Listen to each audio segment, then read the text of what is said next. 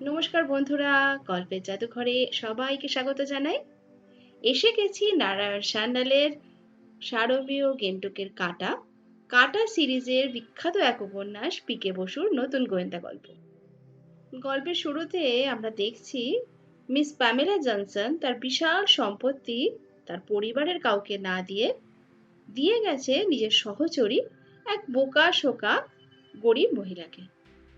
কেন তিনি এই কাজ করলেন, কেন তিনি মারা যাওয়ার আগে পিকে বাসুকে একটা চিঠি লিখেছিলেন, যে চিঠিটা বাসু সাহেব রিসিভ করেছেন উনি মারা যাওয়ার অনেক দিন পরে, কি ঘটেছিল মরকতকুঞ্জে? প্যামেলা জনসনের মৃত্যুটা কি স্বাভাবিক মৃত্যু ছিল? অনেক প্রশ্ন মনের মধ্যে উকি দিচ্ছে না?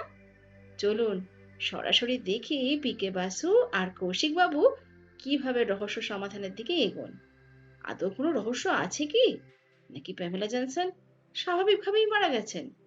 কি হয়, কিভাবে হয়, চলুন আর সময় নষ্ট না করে সরাসরি গল্পে।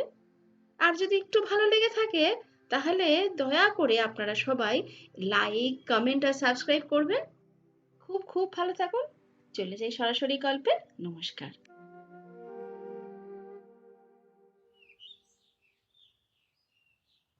গুড ফ্রাইডের আগের দিনের সকাল। মিস পামেলা জনসন দাঁড়িয়েছিলেন মরকতকুঞ্জের পোর্টিকোর সামনে। যৌবনকালে নিশ্চয়ই তিনি খুব সুন্দরী ছিলেন। সোনালি চুল, ঘন নীল চোখ আর টকটকে রং। এখনো এই বৃদ্ধ বয়সেও তিনি সুন্দরী, সৌন্দর্যের পরিণত সংজ্ঞায়। এখনো তিনি সোজা হয়ে হাঁটেন, লাঠি ব্যবহার করেন না। মেদ নেই দেহের কোনো প্রত্যন্ত দেশে, শুধু টকটকে রঙে একটা হালকা হলুদের আভাস। দীর্ঘদিন তিনি ভুগছেন জন্ডিস রোগে। এখনো তেল মশলা বা ভাজা খাবার তার বরদাস্ত হয় না একেবারেই। মিনতিকে দেখতে পেয়ে গৃহস্বামিনী বলেন, ঘরগুলো সব ঝাড়পোছ করা হয়েছে? পর্দা টর্দা লাগানো হয়েছে তো ঠিক মতো? প্রকাণ্ড প্রাসাদের অধিকাংশ ঘরই অব্যবহৃত পড়ে থাকে তালাবন্ধ হয়ে। মৎস্যরান্তিকেই অতিথি সমাগমের আগে তা ঝাড়পোছ করা হয়। সেসব কাজ সুচারুরূপে সম্পন্ন হয়েছে জেনে নিয়ে প্যামেলা বলেন, কোন ঘরে কাকে থাকতে দিচ্ছ? ডক্টর ঠাকুর আর হেনাদিকে ওক রুমে, স্মৃতিটুকু দিকে দক্ষিণ পূর্বের দোলনা ঘরে, আর সুরেশবাবুকে পশ্চিমের ঘরখানায়। প্যামেলা কঠিন স্বরে প্রতিবাদ করেন, না, সুরেশ থাকবে দোলনা ঘরে, আর টুকু ওই পশ্চিমের ঘরে।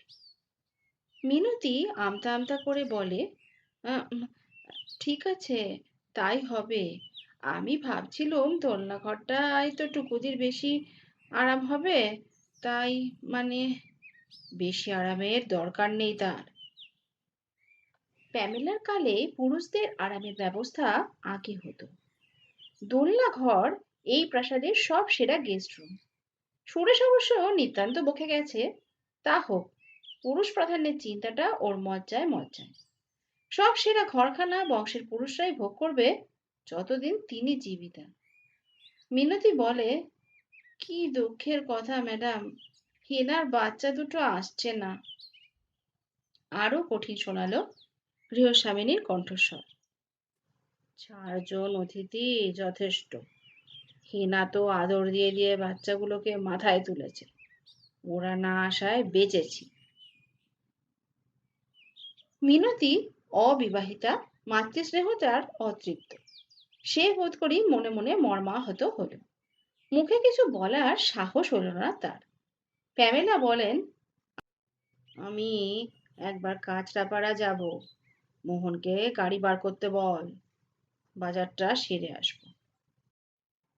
কি দরকার মা, আমি তো যেতে পারি। কি কি লাগবে লিস্ট করে দিন না। তোমাকে দিয়ে যদি হতো তাহলে আমি যেতে চাইতাম না। যা বলেছি করো। কই ফ্লিসি কই? ফ্লিসি, ফ্লিসি। পর মুহূর্তেই দ্বিতলের সিঁড়ি দিয়ে দুধ দুড়িয়ে নেমে এলো একটি স্পিচ। থপথপে সাদা, লোমে ভর্তি তার সারা দেহ। প্যামেলা তার কলারে চেনটা গলিয়ে নিলেন। একটু পরেই মোহন একখানা প্রাচীন মডেলের হুড খোলা মারিস মাইনর নিয়ে এসে হাজির। আউট হাউসে 2টো কামরা, একটায় থাকে ড্রাইভার মোহন একাই, দ্বিতীয়টায় মালি ছেদিলাল। মোহনের পাশের ঘরখানায় থাকে সস্ত্রীক। ওর জেনানা সরোজুবাই হচ্ছে ঝি। বাসন মাজা, কাপড় কাচা এবং যে কখানি ঘর নিত্য ব্যবহার হয় তা মোছার কাজ সরজু। ওদের আদি নিবাস ছাপড়া জেলা, বিহার। বাজারে দেখা হয়ে গেল উষা বিশ্বাসের সাথে। Good morning Pamela, nice to meet you here. Morning Usha, কিসে এসেছো, রিক্সায়? ফিরবে কিন্তু আমার সাথে। থ্যাঙ্কস, অনেক বাজার করেছো দেখছি। ওরা আসছে তাহলে? কে কে? সবাই, টুকু, সুরেশ, হেনা। হেনা? হেনা তাহলে কলকাতায় এসেছে? তার কর্তাটিও আসছে তো? হ্যাঁ। বাচ্চা দুটো? না। উষা বিশ্বাস পামেলার বাল্য বান্ধবী। প্রায় 60 বছরের সম্পর্ক। বেঁটেখাটো মানুষ, কথা বলতে খুব ভালোবাসেন, কিন্তু ইদানিং কথা বলার মানুষ পান না। দুজনেই জানেন দুজনের জীবনের সব ইতিহাস। উষা বিশ্বাস চিরকুমারী, অত্যন্ত বুদ্ধিমতী, প্যামেলার মতোই। ছিলেন স্কুলের শিক্ষয়িত্রী, এখন অবসর নিয়ে পেনশন নির্ভর। মেরিনগরের প্রাচীন বাসিন্দা। জিজ্ঞাসা করেন, এনারা কোথায় থাকে যেন? পাটনায় না? না, মজফরপুরে। প্রীতমের সেখানে প্র্যাকটিস জমছে না, বুঝলে। কলকাতায় এসে নতুন করে শুরু করবে বলছে। মজফরপুরের মতো জায়গায় যার প্র্যাকটিস জমলো না, সে কি কলকাতার এই কম্পিটিশনে? তাকে মাঝপথে থামিয়ে প্যামেলা বলেন, সে চিন্তা তাদের, ওরা প্রাপ্তবয়স্ক। তা তো বটেই। উষা বিশ্বাস গুটিয়ে নেন নিজেকে। তিনি জানতেন হেনা যে একটি সর্দারজিকে বিয়ে করে বসেছে, এটা প্যামেলা ভালো চোখে দেখেন না। প্রসঙ্গটা বদলে নিতে উষা বলেন, টুকুর সাথে ওই ডক্টর নির্মল দত্তগুপ্তর এনগেজমেন্টটা কি পাকা খবর? হ্যাঁ, পাকা বই কি। তবে বিয়েটা পাকতে বেশ দেরি হবে মনে হয়। নির্মলের অবস্থাও তো অর্ধভক্ষ ধনুর্গুণ, ওই প্রীতমের মতোই। উষা প্রতিবাদ করেন, কেন? টুকুর তো আর্থিক সঙ্গতি যথেষ্ট। প্যামেলা আর চোখে বান্ধবীর দিকে তাকিয়ে বলেন, ইউ থিঙ্ক সো? হেসে ফেলেন উষা। তিনি জানতেন ভিতরের ব্যাপারটা। প্যামেলার ছোট ভাই ববের, মানে রবার্টের মৃত্যুর পর স্মৃতিটুকু আর সুরেশ বেশ কিছু নগদ টাকার উত্তরাধিকারী হয়েছিল। সে আজ প্রায় 10 বছর আগের কথা। এই 10 বছরে দুই ভাই বোন তা উড়িয়ে পুড়িয়ে দিয়েছে। সুরেশের অংশটা গেছে ঘোড়ার খুঁড়ে খুঁড়ে ধুলো হয়ে, আর স্মৃতিটুকুর মাত্রাতিরিক্ত বিলাসিতায়। প্যামেলা বলেন, টুকুর পাস বইতে কত রেস্ত আছে জানি না, বুঝলে, কিন্তু সেইটার ভরসায় কি নির্মল ইয়ে করতে পারবে এখনই? উষা বলেন, আজকালকার ছেলেরা স্ত্রী ধনে ভাগ বসাতে সংকোচ বোধ করে না পামেলা। তা হবে। ফেরার পথে উষা বিশ্বাস সবিস্তারে আজকালকার ছেলেমেয়েদের মুণ্ডপাত করতে থাকেন। আজকালকার ছেলেমেয়েরা কথাটা ওর মস্তিষ্কের একটা অংশ কুড়ে কুড়ে খেতে থাকে। বাড়ি ফিরে এসেও চিন্তাটা গেল না। উষা বিশ্বাসের ওই কথাটা, জেনারেশন গ্যাপ। একালের ছেলে মেয়েদের সত্যি বোঝা বড্ড মুশকিল। টুকুর কথাই ধরো, পামেলার হাতের বাইরে সে। মরকতকুঞ্জে থাকতে সে একেবারেই রাজি হয়নি। বব অনেক আগেই মরকতকুঞ্জ ত্যাগ করে চলে যায়। সে ছিল সাউথ ইস্টার্ন রেলওয়ের গার্ড, থাকতো খড়গপুরে।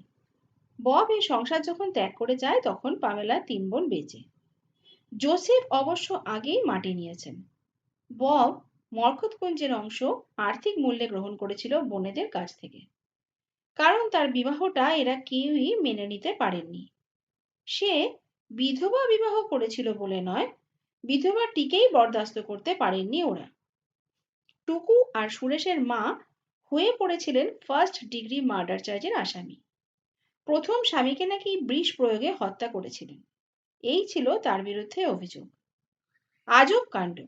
রবার্ট মানে বব তার হদিশ পায় খবরের কাগজে। কাগজের কাটিংয়ে তার ছবি দেখে নাকি মোহিত হয়ে যায় সে। দীর্ঘদিন দর্শকের আসনে বসে সে ওই সুন্দরী মেয়েটিকে দেখেছিল কাঠগড়ার আসামি রূপে। বিচারে সে বেকসুর খালাস পাওয়ার পর বব তাকে বিবাহ প্রস্তাব দেয়। মেয়েটি রাজি হয়েছিল, কিন্তু রাজি হতে পারেনি প্যামেলা, সরলা, কমলার দল। বব আলাদা সংসার পাতে। প্রথম স্বামীকে বিষ প্রয়োগ করেছিল কিনা জেসাস জানেন, দ্বিতীয় স্বামীকে করেননি। ববের আগেই সে মারা যায় দুটি সন্তানকে রেখে, সুরেশ আর স্মৃতিটুকু। ববের মৃত্যুর পর পামেলা চেয়েছিলেন ওরা দুজন মরকতকুঞ্জে এসে থাকুক। দুজনের কেউই রাজি হয়নি। তাদের হাতে তখন কাঁচা টাকা, ওই জঙ্গলে এসে পড়ে থাকতে তাদের বয়েই গেছে। স্মৃতিটুকু হয়ে উঠল গ্ল্যামার গার্ল, আর সুরেশ ক্যাপ্টেন বাবু। হেনার ইতিহাসটা অবশ্য বেদনাদায়ক। বিমলা হালদারের একমাত্র সন্তান হেনা। সরলা যৌবনে পদার্পণের আগেই মারা গিয়েছিলেন। কমলা মারা যায় ৩২ বছর বয়সে, অবিবাহিতা ছিলেন তখনও। কিন্তু ছোট বোন বিমলা বিবাহ করেছিলেন একজন রসায়নের অধ্যাপককে। ওরা থাকতেন পাটনায়। হেনা সুন্দরী নয়, লেখাপড়াতেও মাঝামাঝি। বাপের ইচ্ছায় রসায়নে অনার্স নিতে হয়েছিল তাকে। বেচারি গ্র্যাজুয়েট হতে পারেনি, পরপর ২ বছর পরীক্ষা দিয়েও। অথচ পাস কোর্সে নিশ্চয়ই সে উতরে যেত। প্যামেলার কেমন যেন মনে হয় হেনা প্রীতমকে ভালোবেসে বিয়েটা করেনি, করেছে কিছুটা বাধ্য হয়ে। যৌবনের দিনগুলো থুবড়ি থাকার পর তার অবস্থা তখন any port in the storm. বাপ মা মরা, মেয়েটি কিছুতেই মরকতকুঞ্জে এসে থাকতে রাজি ছিল না। পাটনাতেই একটি মেয়েদের স্কুলে শিক্ষয়িত্রীর কাজ নেয়। পাটনা মেডিকেল কলেজের ছাত্র প্রীতমের সাথে হেনার কিভাবে আলাপ হয় সেটা প্যামেলা জানেন না, কিন্তু পরিচয় ক্রমে পরিণত হয় প্রণয়ে, পরিণাম পরিণয়। ইদানিং প্যামেলার কি জানি কেন মনে হয়েছে হেনা প্রীতমকে ভালোবাসে না, ভয় করে। অথচ ঘটনাটা উল্টো খাতে বইবার কথা, কারণ বিমলার মৃত্যুর পর হেনা যে স্ত্রীধন পায় সেটা যথেষ্ট। আর তার শেয়ার বাজারে দুঃসাহসিক ফাটকাবাজিতে উড়িয়ে দিয়েছে ওই পাঞ্জাবি ছেলেটি, ডক্টর প্রীতম সিং ঠাকুর। পদবিটা রাজপুতের, আসলে সে খালসা শিখ। গির্জা প্রাঙ্গণের রিজু শিশু গাছটির মতো স্থির স্থবির প্যামেলা জনসন দেখে গেছেন দুনিয়াদারির এই বিচিত্র উত্থান পতন। মরকতকুঞ্জের দ্বার ওদের জন্য বরাবরই অবারিত ছিল। কেউই ফিরে আসেনি, প্রডিগাল সানস অ্যান্ড ডটার্স। অথচ তিনি নিজে নিজের সরলার কমলার অংশগুলো সুবিনিয়োগ ব্যবস্থা ক্রমাগত বর্ধিত করে গেছেন। এই যখেথন তিনি কাকে দিয়ে যাবেন? মাঝে মাঝে সিমেট্রিতেও যান। পাশাপাশি শুয়ে আছে Joseph Haldar, Mary Johnson, Sarala আর কমলা। তাদের সঙ্গে পরামর্শ করেন, ওদের কথা শুনতে পান তিনি, ওদের আশ্বস্ত করেন। I know, I know, blood is থিকার than water. ওরা আমাদের পথে তোমাদের পথে চলে না, জেনারেশন গ্যাপ। তা হোক, অক্কের ধন আমি ওদেরই দিয়ে যাব, তোমরা নিশ্চিন্তে থাকো। তবে হ্যাঁ, হেনার অংশটা যাতে তার ওই দাড়িওয়ালা পগ্গাসাটা বিদেশি লোকটা না আবার উড়িয়ে পুড়িয়ে দেয়, তাহার ব্যবস্থা করতে হবে। একবার জিজ্ঞাসা করতে হবে প্রবীর চক্রবর্তীকে।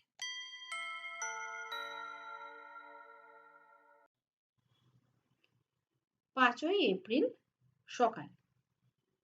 সুরেশ আর স্মৃতিটুকু হালদার এলো গাড়িতে, কলকাতা থেকে টানা ট্যাক্সিতে। হেনা আর তার স্বামী এলো ট্যাক্সিতে, তবে কাঁচরাপাড়া স্টেশন থেকে। সুরেশ আর টুকুরাই এলো প্রথমে। সুরেশ ৬ ফুটের মতো লম্বা, পেশিবহুল সুঠাম দেহ, সুশ্রী, সুন্দর। ১.৫ বছর যে পাড়ি দিয়েছে তা দেখলে বোঝাই যায় না।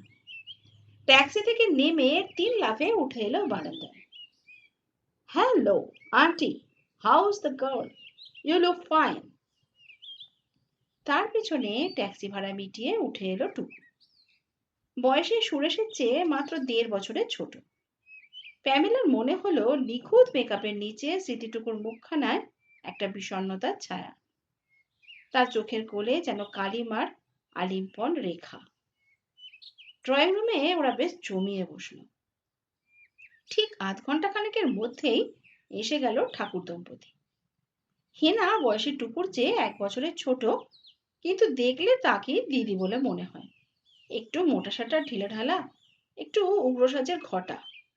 বাস্তবে সে টুকুর পোশাক আর প্রসাধন অবিকল নকল করতে চায়।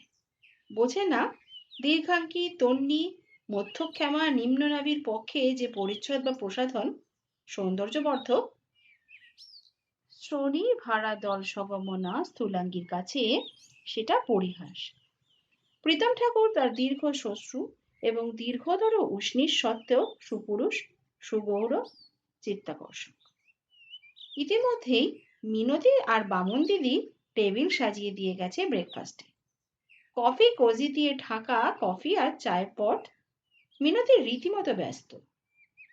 বারে বারেই এটা ধরে নাড়ছে, সেটা ধরে টানছে, কি করবে যেন ভেবেই পাচ্ছে না। শেষমেশ ফুল ভর্তি ফুলদানি দুটো সে টেবিলের তলায় পাচার করতেই চাইছিল। প্যামেলা ধমক খেয়ে আবার সে দুটো তুলে আনলো টেবিলে। সুরেশ 2-1 বার মহিলাটিকে সাহায্য করতে এগিয়ে গেল। বেশ বোঝা গেল সেটা আবার মিনতির ঠিক পছন্দ নয়। ধন্যবাদ দিল না সে। চা পান আনতে সবাই নেমে এলো বাগানে। সুরেশ তখন জনান্তিতে টুকুকে বলল, মিনতি আমাকে দু চোখে দেখতে পারে না, লক্ষ্য করেছো? স্মৃতিটুকু হাস্য গোপন করে বলে, দুনিয়ায় তাহলে অন্তত একটি কুমারী আছে যাকে তুই সম্মোহিত করতে পারিসনি সুরেশ। সুরেশকে কোনো দিনই টুকু দাদা বলে ডাকে না, তুই তোকারি করে। সুরেশ অফেন্স নিল না, সহাস্যে ফিরিয়ে দিল জবাব, আমার সৌভাগ্য দুনিয়ায় সেই একম্যে দ্বিতীয়ম শ্রীমতী মিনতি মাইতি। বাগানে মিনতি মাইতি হেনাকে গাছগাছরা চিনিয়ে দিচ্ছিল। একটু পরেই সেখানে এসে উপস্থিত হলো ডক্টর নির্মল দত্তগুপ্ত। কাঁচরাপাড়া থেকে সাইকেলে চেপে এসেছেন তিনি। সেখানে সে ডক্টর পিটার দত্তর ক্লিনিকে কাজ করে। তাকে দেখে স্মৃতিটুকু এগিয়ে এলো। নির্মল প্যামেলার স্বাস্থ্য সম্পর্কে 2-1টা প্রশ্ন করল সৌজন্যবশত। তারপর টুকুর হাত ধরে বাগানের নির্জন একটা অংশে মিলিয়ে গেল। প্যামেলা বেশিক্ষণ বাগানে থাকলেন না। ফিরে এসে ড্রয়িং রুমে ঢুকতেই তার নজর পড়ল সুরেশ ফ্লিসির সাথে খেলায় মেতেছে। ফ্লিসি দোতলায় দাঁড়িয়ে আছে সিঁড়ির মাথায়, মুখে বল, আর সুরেশ একতলায়। Come on old man. ফ্লিসির ধবধবে ল্যাচটা তুত্তুর করে নাচছে। অতি সন্তর্পণে রবারের বলটি সে নামিয়ে রাখলো সিঁড়ির ল্যান্ডিংয়ে। তারপর নাক দিয়ে একটু ঠেলা দিতেই ধপ ধপ ধপ করে বলটি নিচে এসে পৌঁছতেই সুরেশ সেটা তুলে নিয়ে ছুঁড়ে মারলো ওপর দিকে। ফ্লিসি নির্ভুল টিপে লুকে নিল বলটাকে, আবার সযত্নে নামিয়ে রাখলো সিঁড়ির মাথায়। এই খেলা ফ্লিসির দারুণ প্রিয়। ঘন্টার পর ঘন্টা চালিয়ে যেতে পারে সে। পিসিকে ফিরে আসতে দেখে সুরেশ খেলায় ক্ষান্ত দিল। ফ্লিসি মর্মাহত। প্যামেলা একটা ইজি চেয়ারে বসলেন। সুরেশও কাছে এলো। জানলা দিয়ে দেখা যাচ্ছিল দূরে গাছপালার ফাঁকে টুকু আর নির্মল বাগানে পায়চারি করছে হাত ধরাধরি করে। প্যামেলা সেদিকেই তাকিয়েছিলেন। সুরেশ বলল, ওরা দুজন যেন দুই ভিন্ন মেরুর বাসিন্দা, অথচ। প্যামেলা একটু অপেক্ষা করলেন, দেখলেন সুরেশ বাক্যটা অসমাপ্ত রাখল। বললেন, তোর কি মনে হয় টুকু সত্যি সিরিয়াস? প্রেমের দুনিয়াটা বড্ড আজব বড় পিসি, চৌম্বক শক্তির মতো। এর কোনো ব্যাখ্যাই নেই। ঋণাত্মক আর ধনাত্মক শক্তি পরস্পরের আকর্ষণ। নির্মল নিতান্ত মধ্যবিত্ত ঘরের ছেলে, মেধাবী, আর টুকু ধনীর দুলালি, বেহিসেবি খরচে ওস্তাদ। বিয়ে করলে ওরা সংসার চালাবে কি করে কে জানে। প্যামেলা গম্ভীর হয়ে বললেন, টুকুর সামনে দুটোই অবারিত দ্বার। নির্মলকে বিয়ে করে মিতব্যয়ী হওয়া, অথবা নির্মলকে ত্যাগ করে ববের দেওয়া শেষ কখানি কোম্পানির কাগজ পুড়িয়ে পুড়িয়ে দেওয়া। হা হা হা, হাসলো সুরেশ। তোমার বুঝি ধারণা শেষ কখানা কাগজ ফুলঝুরি হয়ে ফুল কেটে শেষ হয়ে যায়নি এখনো? সেটা তো টুকুর জানার কথা। রাত্রে ডিনার টেবিলে সবাই এসে বসেছেন। ওরা কজন তো বটেই, মেয়ে ডক্টর নির্মল দত্তগুপ্ত। তাকেও নৈশাহার সেরে যেতে বলেছেন প্যামেলা। নির্মল মেসে থাকে, সে রাজি হয়ে গেছে। সকলে গুছিয়ে বসলো, একমাত্র সুরেশ অনুপস্থিত। মিনতি তাকে ডেকে আনতে যাচ্ছিল, ঠিক তখনই ভেতর থেকে হুড়মুড়িয়ে ঘরে ঢুকলো সুরেশ। সরি আন্টি, আমার বোধহয় একটু দেরি হয়ে গেছে। তোমার কুকুরটা আমাকে জানে মেরে দিয়েছিল আরেকটু হলে। সিঁড়ির মাথায় তার বলটায় পা পড়ে একেবারে উল্টে যাচ্ছিলাম। প্যামেলা বললেন, জানি, ভারী বিপজ্জনক খেলা। মিন্টি, বলটা খুঁজে বার করো, ড্রয়ারে সরিয়ে রাখো। মিনতি মাইতি দ্রুত পদে নিষ্ক্রান্ত হলো আদেশ তামিল করতে। সাইমাসের আসরটা প্রীতম একাই জমিয়ে রাখলো নানা রকম জোকস শুনিয়ে। তার অধিকাংশই যে গোষ্ঠীকে নিয়ে, তাতে সে নিজেই সামিল। প্রতিবাদ করলেন প্যামেলা, জানি না কে বা কারা এসব গল্প সৃষ্টি করে। আমি তো মনে করি শিখ হিসেবে তোমার গর্বিত হওয়া উচিত প্রীতম। ভারতের লোক সংখ্যার অনুপাতে প্রতি 100 জন ভারতীয়র মধ্যে মাত্র একজন শিখ। কিন্তু সেটাই শেষ কথা নয়। ভারতীয় সেনাবাহিনীর 1/3 হচ্ছে শিখ। যে কোনো অলিম্পিক্সে ভারতীয় দলের আধা আধি ছিল শিখ। এভারেস্টের চূড়ায় এ পর্যন্ত যে 4 জন ভারতীয় উঠতে পেরেছে, তার 3 জনই শিখ। প্রীতম স্তম্ভিত হয়ে গেল বৃদ্ধার কথায়। চেয়ার ছেড়ে উঠে সসম্ভ্রমে মাথা ঝুঁকিয়ে বলল, জোকস আর জোকস ম্যাডাম, কিন্তু আপনি আজ আমাকে যে কথা বললেন তা আমি সারা জীবন ভুলব না। সুরেশের স্বভাবের একটা প্রবণতা হচ্ছে লেকপুলি। ঠ্যাং টানার সুযোগ পেলে সে তাকিয়ে দেখে না কার ঠ্যাং ধরে সে টানছে। ফস করে বলে বসে, বড় পিসি দেখছি প্রীতমকে কমপ্লিমেন্টস দেবে বলে তৈরি হয়ে আছো। বুক অফ রেকর্ডস থেকে মুখস্থ করে রেখেছো সব দেখছি। প্যামেলার মুখ রক্তবরণ হয়ে উঠল। তবে ভিক্টোরিয়ান যুগের স্বাধীনতা বোধ তার মজ্জায় মজ্জায়। সংযত হলেন নিমেষেই। হাসতে হাসতে বললেন, তোর তো শুধু এক জাতেরই বই পছন্দ।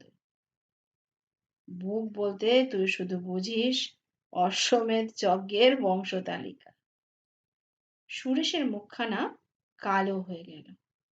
বুঝলো সাপের লেজে পা দেওয়াটা তার বুদ্ধিমত্তার পরিচায়ক হয়নি। নৈশাহারের পর যে যার ঘরে চলে গেল। রাত 10টা নাগাদ গৃহকর্ত্রীর দ্বারের সামনে শোনা গেল, বড় বেশি, ভেতরে আসবো? প্যামেলা দৈনিক হিসেব লেখেন। এইটা তার দৈনন্দিন কর্মসূচির পেন আল্টিমেট কাজ। শেষ দৈনন্দিন কাজটি হচ্ছে শয্যার শীর্ষদেশে কুলুঙ্কিতে রাখা মা মেরির মূর্তির সামনে দিবস শান্তের প্রার্থনা। হিসেবের খাতাটা সরিয়ে রেখে বললেন, আয়। পর্দা সরিয়ে সসংকোচে প্রবেশ করলো সুরেশ। রঙের টেক্কাটা নামিয়ে দিল প্রথমেই। বড় পিসি, আমি ক্ষমা চাইতে এসেছি গো। তোমাকে নিয়ে রসিকতা করা আমার উচিত হয়নি। প্যামেলা মিষ্টি হেসে বললেন, আমারও ওভাবে আঘাত করাটা উচিত হয়নি রে। যাক, দুপক্ষেরই যখন অনুশোচনা জেগেছে, তখন সব শোধবোধ। বস, দাঁড়িয়ে রইলি কেন? না পিসি, তোমার শুতে যাওয়ার সময় হয়েছে, বসবো না আর। কথাটা না বলে গেলে আমার ঘুম আসতো না। সারা রাত মনটা খুঁতখুত করতো। পামেলার কি যেন একটা বাল্যস্মৃতি মনে পড়ে গেল। বললেন, ঠিক বাপের মতো। বাপের মতো মানে? ববের সঙ্গে ঝগড়া হলে সেও রাগ পুষিয়ে রাখতে পারত না। প্যামেলার মুখের ওপর একটা স্বর্গীয় জ্যোতি যেন ফুটে উঠল। সুরেশ এই সুযোগ ছাড়ল না। এই খণ্ড মুহূর্তটির সুযোগ। বললে, তাহলে একটা কথা বলি বড় পিসি। বল না, অমন আমতা আমতা করছিস কেন? ইয়ে, হয়েছে কি, আমি মানে I am in the devil of a hole. তুমি আমাকে কিছু সাহায্য করতে পারো? বেশি নয়, এই ধরো 1002। প্যামেলার বলি রেখাঙ্কিত মুখখানা থেকে সেই স্বর্গীয় জ্যোতিটা মিলিয়ে গেল, যেমন ভাবে মিলিয়ে যায় ধূপের ধোঁয়া। না, উপমাটা ঠিক হলো না। ধূপের ধোঁয়া মিলিয়ে যাওয়ার পরেও বাতাসে ভাসতে থাকে সৌরভের একটা রেশ। এক্ষেত্রে তা হলো না। নস্টালজিক অন্তর অনুরাগে প্যামেলার স্নেহ মমতা বঞ্চিত অন্তরে যে অগরু চন্দনের সৌগন্ধ ছড়িয়ে পড়তে আরম্ভ করেছিল, তা যেন দপ করে শেষ হয়ে গেল। নিবাত নিষ্কম্প দীপশিখার মতো ঋজু ভঙ্গিমায় তিনি সোজা হয়ে বসে সুরেশ ভাবান্তরটা লক্ষ্য করল। বুঝলো চিরে ভিজবে না, মানে ভেজেনি। মিনিট খানেক অপেক্ষা করে কোনো ক্রমে বলল, কই, কিছু বললে না তো বড় বেশি। একটা দীর্ঘ নিঃশ্বাস পড়ল প্যামেলার। হ্যাঁ, রাত হয়েছে সুরেশ, শুতে যাও। তবুও স্থান ত্যাগ করতে পারল না সুরেশ। টাকা কটার সত্যি ওর জরুরি দরকার। একটা চেয়ার টেনে নিয়ে বসলো। বলল, যাচ্ছি, কিন্তু তার আগে কয়েকটা কথা বলে যাওয়া দরকার বড় বেশি। শুধু আমার স্বার্থে নয়, তোমারও। প্যামেলা ওর চোখের দিকে তাকালো না। বললেন, বলো। বল নয়, বলো। কথাটা অপ্রিয়, তবু এটা তোমাকে জানিয়ে দেওয়াই মঙ্গল। প্যামেলার কোনো ভাবান্তর হলো না, না কৌতূহল, না অনাসক্তি।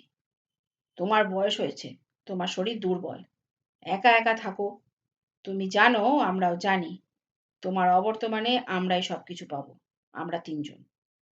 তুমি একথা জানো যে আমাদের তিনজনেরই অবস্থা খুবই সসেমিরা। 6 মাস বা 1 বছর পর যে আশীর্বাদ তুমি আমাদের দেবে, তা থেকে এখনই। প্যামেলা একই সুরে বলল, হয় বাক্যটা শেষ করো সুরেশ, না হলে শুতে যাও। এখনো তিনি সুরেশের দিকে তাকাননি। তার দৃষ্টি স্থির হয়ে আছে শয্যার মাথার দিকের একটি কুলঙ্গিতে। সুরেশ আর নিজেকে সামলাতে পারল না। বললে, বুঝছো না কেন বড় পিসি? মরিয়া হয়ে গেলে মানুষের হিতাহিত জ্ঞান থাকে না। শেষে তোমার না একটা ভালো মন্দ কিছু হয়ে যায়। লোভে পাপ, আর পাপে।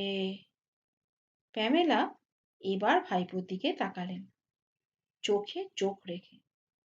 বোধ করি এবার সুরেশ তার বাক্যটা যে অসমাপ্ত রাখেনি, তা প্রাণিধান করলেন বলেই। অতি পরিচিত প্রবাদ বাক্যটি সমাপ্ত হওয়ার অপেক্ষা রাখে না। প্যামেলা বললেন, তোমার সৎ পরামর্শের জন্য ধন্যবাদ সুরেশ। ঠিক কথা, আমার বয়স হয়েছে, আমার শরীর দুর্বল, কিন্তু সেকালের মানুষ আমি, নিজেকে রক্ষা করতে জানি। এবার যাও, যাও তুমি। Good night. সুরেশ আর কিছু বলতে চাচ্ছিল, কিন্তু উঠে দাঁড়ালেন বৃদ্ধা। তার চোখ দুটো জ্বলে উঠল। নিঃশব্দে তিনি দক্ষিণ হস্তটি প্রসারিত করে দিলেন। তর্জনী নির্দেশ করছে খোলা দরজা। সুরেশ তার বড় পিসিকে চেনে। সে নিঃশব্দে বেরিয়ে যায় ঘর থেকে।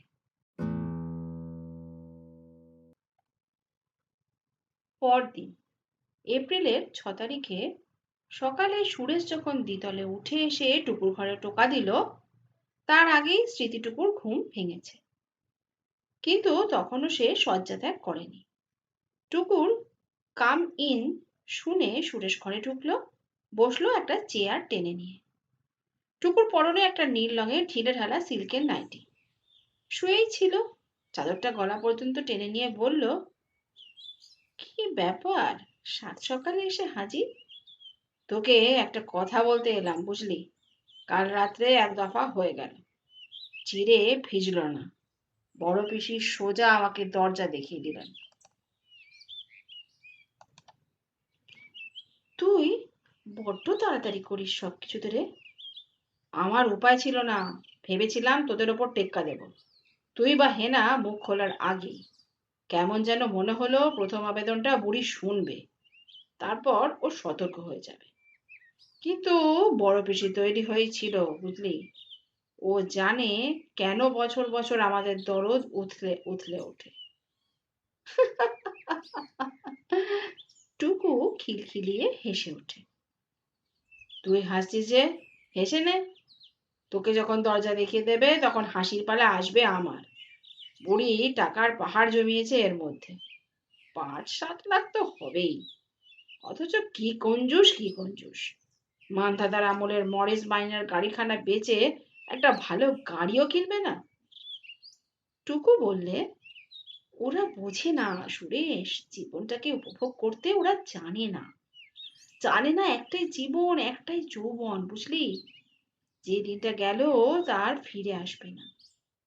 পিসি যেন আশা করে বসে আছে টাকার পুঁটুলিটা নিয়েই ও স্বর্গের পথে হাঁটা দেবে। বুড়ির ভয় ডর নেই রে।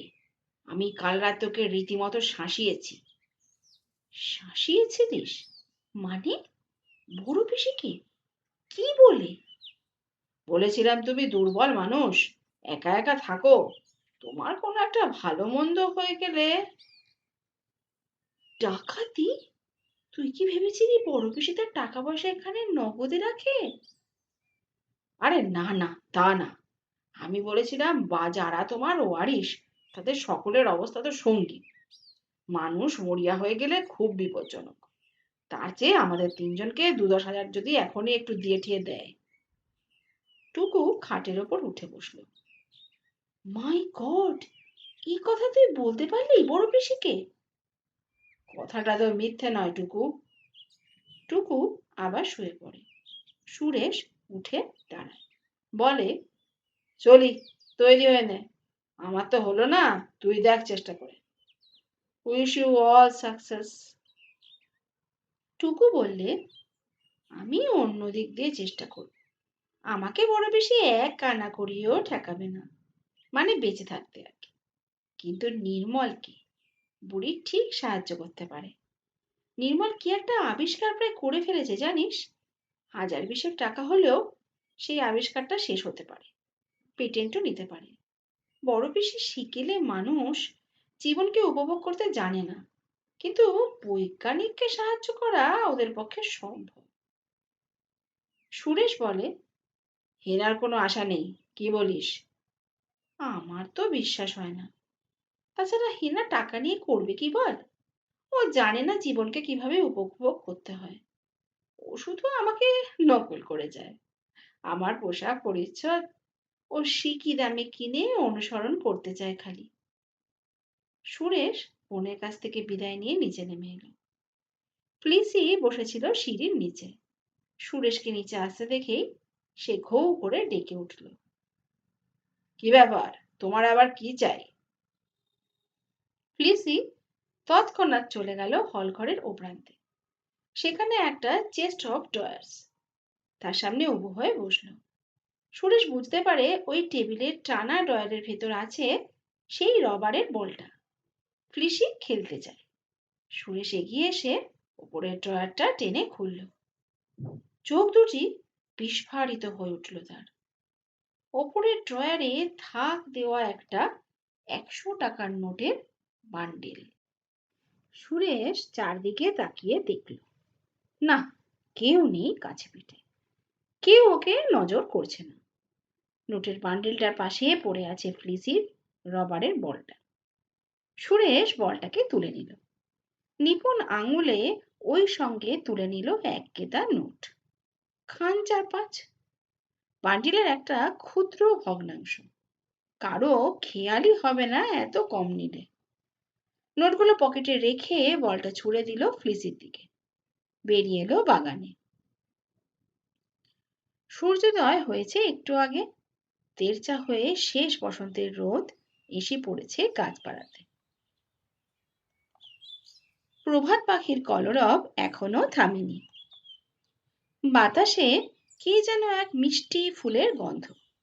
সামনের লনে দুখানা বেতের চেয়ারে বসেছিল প্যামেলা আর ডক্টর ঠাকুর। ওদের কথোপকথন কানে আসছে। প্রীতম বলছিল, না না, আপনি কিছু ভুল শুনেছেন। মুজফ্ফরপুরে প্র্যাকটিস গুটিয়ে নিয়ে কলকাতায় এসে বসবার কোনো পরিকল্পনা নেই আমার। আমি শুধু মিনাকে কলকাতার কোনো ইংলিশ মিডিয়াম স্কুলে ভর্তি করে দেওয়ার কথা ভাবছি। ভালো হোস্টেলে রেখে পড়াতে চাইছি। পামেলা বললেন, ভালো স্কুল অ্যাডমিশন পাওয়া তো কঠিন। তাছাড়া হোস্টেলে। তা তো বটেই। তবে ঘটনাচক্রে একটা চান্স পাওয়া গেছে। আমার এক রিশতেদার একটা ভালো গার্লস স্কুলের গভর্নিং বডিতে আছেন। তিনি বলিয়াছেন তার ইনফ্লুয়েন্সে মিনাকে ভর্তি করে নিতে পারবেন। হোস্টেল মে সিট ভি হ্যায়। তাহলে তো ল্যাটা চুকেই গেল। তাই করো তোমরা। আমার এখানে তো ভালো স্কুল। প্রীতম ওর বাক্যটা শেষ করতে দিল না। বললে, মুশকিল কি বাত হচ্ছে এই যে আমার রিশতেদার বলছে এই জন্য একটা হেভি ডোনেশন দিতে হবে। I mean. সুরেশ এগিয়ে এলো। প্যামেলা চোখ তুলে চাইলেন। সুরেশ আলোচনাটার মোড় ঘুরিয়ে দিতে বলে উঠল, বড় বেশি, তোমাদের ব্রেকফাস্ট কটার সময়? আমার পেটে কিন্তু ইঁদুর ডন দিতে শুরু করেছে। প্যামেলা হেসে ফেললেন। বলেন, ফাস্ট করলি কোথায় যে ব্রেকফাস্ট করবি? কাল রাত্রে তো গান্ডে পিণ্ডে গিলেছিস। এই তো ঘুম থেকে উঠলি। আচ্ছা, দেখছি আমি, দাঁড়া। প্রীতমের দিকে ফিরে বললেন, এক্সকিউজ মি প্রীতম। প্যামেলা উঠে গেলেন ভেতরে। প্রীতম আগুন ছড়া চোখে তাকিয়ে দেখল সুরেশের দিকে। সুরেশ খুশিয়াল, পিসিকে বিপদ থেকে উদ্ধার করেছে। বড় পিসি হেসেছে। হয়তো কালকে সেই অপ্রিয় কথাগুলো মনে রাখিনি। দ্বিতলের ওক রুমটি আকারে বড়। নাম শুনলে মনে হয় এটি বুঝি ওক কাঠের লক কেবিন। বাস্তবে ওক কাঠের চিহ্ন মাত্র নেই। তবে পশ্চিমের দিকের দেয়াল জুড়ে প্রকাণ্ড একটি আরণ্যক দৃশ্য। খোদায় মালুম তার ভেতর ওক গাছ আছে কিনা। সম্ভবত এই ঘরের ওই রকম বিচিত্র নামকরণ হয়েছে ভিন্ন কারণে। প্রাসাদটি যখন নির্মিত হয় তখন জোসেফ হালদার আর মেরি জনসন তাদের যৌবনকালের কোনো একটি ওক রুমের স্মৃতিতে বিভোর ছিলেন। তাতেই এই নাম। সে যাই হোক, এই ঘরখানাতে আশ্রয় পেয়েছিল প্রীতম আর হেনা। দ্বিতলের পশ্চিম প্রান্তের ঘর একটি, পূর্ব প্রান্তে গৃহস্বামিনীর কামরা, মাঝখানে সুরেশের দোলনা ঘর, তারপর টুকুর ঘর, আর পশ্চিম প্রান্তে এই ওক রুম। সেদিন রাত্রের কথা। হেনা ড্রেসিং টেবিলে নৈশ প্রসাধন সারছে। প্রীতম তার প্যান্ট বদলে পায়জামা পরতে পরতে বললে, আমি মোটামুটি জমিটা তৈরি করে রেখেছি হেনা, এখন শেষ কিস্তি তুমি দেবে, হনি। হেনাকে প্রীতম জন্মান্তিতে হনি বলে ডাকে। হেনা ব্লাউজটা খুলে রেখেছে। তার ঊর্ধ্বাঙ্গে শুধুই ব্রা। রাত্রে ও মাথায় কিছু বিচিত্র ক্লিপ লাগিয়ে শোয়। চুলটা তাতে স্মৃতিটুকু চুলের মতো কোঁকড়ানো হয়ে যায়। আয়নায় দেখে দেখে ক্লিপ লাগাচ্ছিল হেনা। একটু ইতস্তত করে বলল, প্লিজ আমাকে বলো না, আমি কিছুতেই মুখ ফুটে বড় মাসিকে টাকার কথা বলতে পারবো না। প্রীতম সোজা হয়ে দাঁড়ালো। বললে, কিন্তু তুমি তো নিজের জন্য চাইবে না হনি, চাইবে মিনার জন্য, রাকেশের জন্য। তুমি তো জানো নিতান্ত দুর্ভাগ্যবশত শেয়ার বাজারে। হেনা ঘুরে বসলো। প্রীতম তার চোখে চোখ তাকাতে পারল না। মাথার বিরাট পাগড়িটা খুলে চুলটা আঁচড়াতে থাকে। হেনা মিনতি সুরে বলে, বুঝছো না কেন প্রীতম? বড় মাসিকে বোঝা বড় শক্ত। সে কঞ্জুস নয়, মাঝে মাঝে উপহার টুপহার দেয়, সেটা তুমি জানো। কিন্তু কেউ তার কাছে হাত পাতলে, ভিক্ষে তো নয় হনি, ধার ধার, আমরা ধীরে ধীরে শোধ করে দেব। হেনা এ প্রসঙ্গ তুলল না যে মজফ্ফরপুরের সংসারে তাদের নুন আনতে পান্তা ফুরোয়। বরং বললে, শোনো না, তুমি অন্য কোথাও থেকে বরং টাকাটা ধার করার চেষ্টা করো। বড় মাসি দু চোখ বুঝলেই তো আমরা সব শোধ করে দিতে পারবো। সে আর কতদিন। প্রীতমের কণ্ঠে এবার স্পষ্টই বিরক্তি। তুমি মাঝে মাঝে বড্ড অবুঝ হয়ে পড়ো হেনা। মুখ ফুটে চাইতেই যদি না পারবে, তাহলে এত খরচপাতি করে বিহার থেকে এলাম কেন আমরা?